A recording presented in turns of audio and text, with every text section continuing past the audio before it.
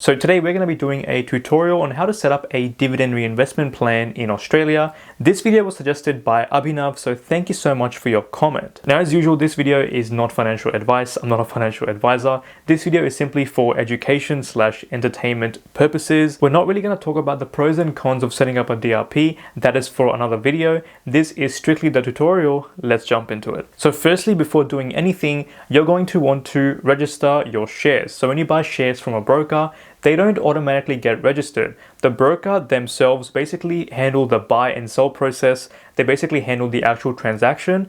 But a lot of the admin stuff that comes with buying shares, stuff like dividends, company notices, voting, that stuff is handled by a separate company called a share registry, which is basically a separate company from the broker. So some share registries in Australia include companies like Link Market Services, Computershare, Atomic and Boardroom, and a few others. But in this video, we're just going to focus on two main ones, which are Computershare and Link Market Services.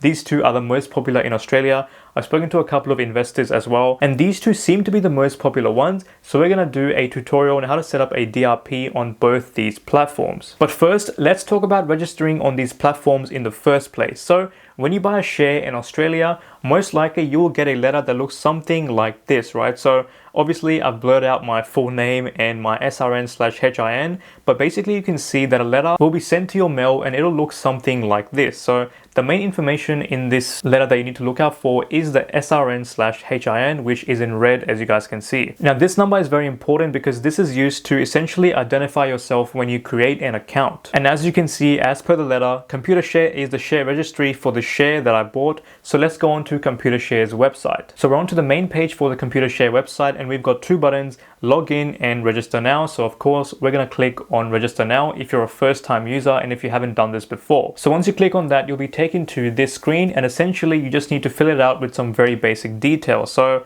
address location is of course going to be in Australia, and then you need to enter in your SRN/HIN. So this is basically the number from the letter that you would have gotten, and if you can't find your letter that you would have received, you can actually find out your HIN/SRN through your broker. If you just have a look at the account details, usually you should be able to find it. So once you enter that number in, basically you'll put in your postcode, very simple, and then you'll need to select the company which you own shares in. Now just keep in mind that not every single company is going to be on this list. Only the companies which are using Computershare services are going to be on here, so just keep that in mind. Some companies might be using services for Link Market Services, some other ones. Now an example that I can give you guys is that BetaShares, from my knowledge, does not use Computershare, right? So if I type in any BetaShares ETF, like for example ASX Asia, I can't find Asia anywhere else, at least not the BetaShares Asia.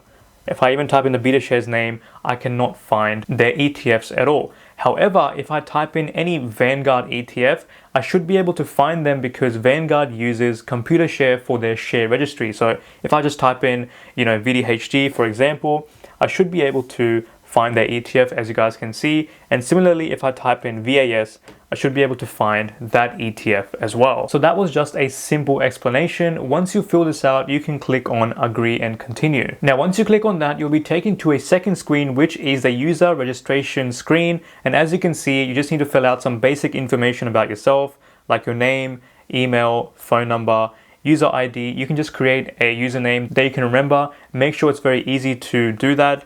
Password, and then finish up, as you guys can see down the bottom. Now it's also very important to note that you can actually have multiple HINs or HINs if you use different brokers. For example, for me, I started off with NAB Trade, then I moved on to SelfWealth and Perla. Currently I use SelfWealth and Perla, and I basically have 3 different HINs for all those brokers. So if you're in a similar sort of boat, you're going to have to register your securities twice or 3 times depending on how many brokers you're using. It's a bit of a hassle, but to be honest, it's a one-time thing only, so just get it over and done with. So basically what that means is that if you buy the exact same ETF with different brokers, you're going to have to register them twice. So if I buy, ASX Asia with NAB Trade, then I buy them with Perla and SelfWealth, I'll need to do this 3 times to actually register this onto the system. So once you've actually registered onto the system and you've logged onto it, you'll basically be greeted with this summary screen, and this will basically show you guys all your holdings that you currently hold at the moment. Now, of course, for privacy reasons, I've pretty much blurred my holdings because I don't want you guys to, copy this, and I don't want this to be seen as, financial advice. I hope you can understand.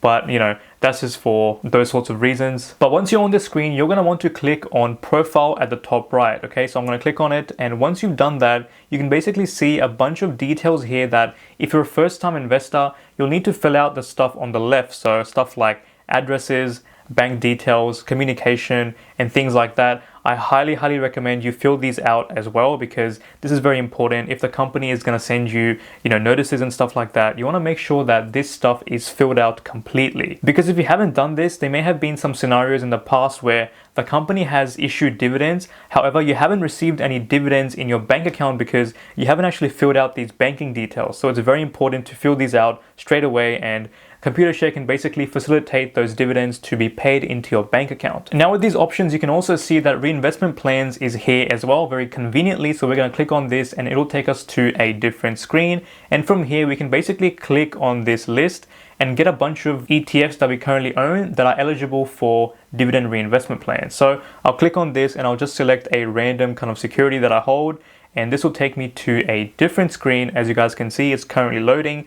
And we can see that for this specific ETF, the DRP says that I'm not a participant, meaning that I currently have not enrolled in a DRP for this ETF. But to actually enroll for it, all you need to do is just press apply, and it really is that simple. Now, once you press apply and go through the following prompts, you will get an email confirmation saying that the DRP has been successfully set up, and that's literally it. It is very simple to do that. Now, for this particular ETF, I'm not a DRP participant because the actual dividends given by the ETF is very little, and the actual price, the market value of the ETF is literally in the hundreds. Therefore, a dividend of a couple dollars is definitely not going to be able to buy a different, like a next holding for that ETF. Therefore, I don't really go for DRP for this ETF or DRPs in general, in my opinion. So that was Computershare. Now let's move on to the tutorial for Link Market Services. But guys, if you have found any sort of value so far, please leave a like or subscribe. It really does help out. Let's jump into it. So when you go into the registration page for Link, you'll be taken to this screen. Once again, it is pretty simple, pretty straightforward.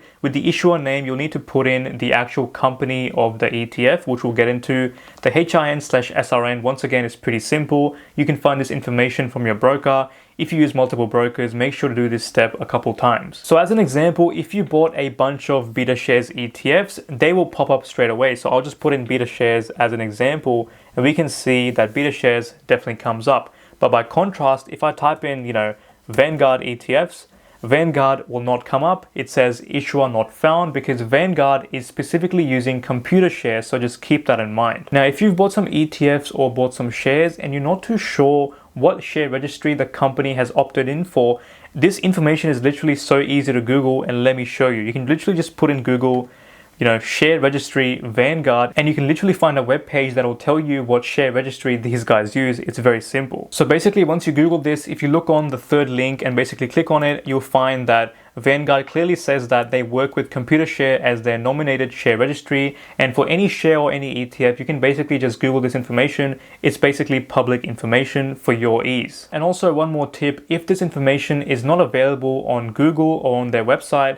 you can basically go into their individual PDFs, and usually it should be on there just as a rough guide if you can't find it anywhere else. So once you add your holdings and you make an account on Link Market Services, you'll be taken to this summary screen. As you guys can see, I've got all my holdings, and all the holdings are basically down the bottom. And if you want to set up a DRP, what you'll do is you'll click on this button right here, this drop down list. You'll click on it and you'll basically select whichever share or ETF that you want to set up a DRP from. So I'll just click a random name like this one. You probably can't see it because obviously, it's blurred, but once you click on it and once it finishes loading, you'll be taken to a separate screen like always. And here you'll be given a bunch of relevant information about your holdings and whatnot. So once again, you want to make sure that you complete the payment instructions, the tax details, the FATCA CRS and stuff like that, communications and addresses and whatnot. This stuff is very important as discussed previously. So here, as you can see, very conveniently, we can see reinvestment plan is right here. So what we're going to do is we're just going to click on this link, and this will take us to another different screen. And once it finishes loading, we can see that currently I am not a participant for a DRP for this ETF. Now for you guys, if you want to be a DRP participant, of course, you're going to click on create instruction for this holding, and this will take you to a different screen where you can select full participation or partial participation. Now, of course, we can see a bunch of terms and conditions here. Make sure to read these and make sure that you understand them because they are pretty important. But with full participation, it basically means that all the dividends are going to be reinvested to buy more units of that ETF. With partial participation, you can basically choose how many units you want to nominate to participate in DRP. So if you've got 1,000 shares, you might want to participate maybe 500 just as an example. So 50% of those ETFs are going to be nominated for that. So I can basically click 500 here and 500 of my holdings are going to be eligible for DRP. Once you're done with this, simply click I confirm the above after you've of course read all the dot points and done the research. Then you can basically continue and just be on your merry way. Once again, you will get an email confirmation just to make sure that it's gone through. So do look out for that.